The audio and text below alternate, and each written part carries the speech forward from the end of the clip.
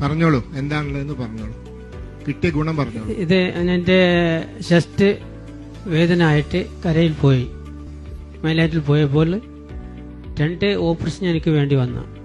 ഒന്ന് 85 ലക്ഷം രൂപ മോദിജിന്റെ വക എനിക്ക് കിട്ടി. വളരെ സന്തോഷം. इसको चेस्ट में दर्द था, इधर के डॉक्टर ने कहा आप केरल में जाओ ऑपरेशन करो. 2 सर्जरी किया, 1,42,000 रुपया का लाभ मिला. एक ही पैसा उसके जेब से नहीं चल गया. आयुष्मान कार्ड नहीं होता तो आप क्या करते? ഇതില്ലായിരുന്നെങ്കിൽ എന്ത് ചെയ്യുമായിരുന്നു?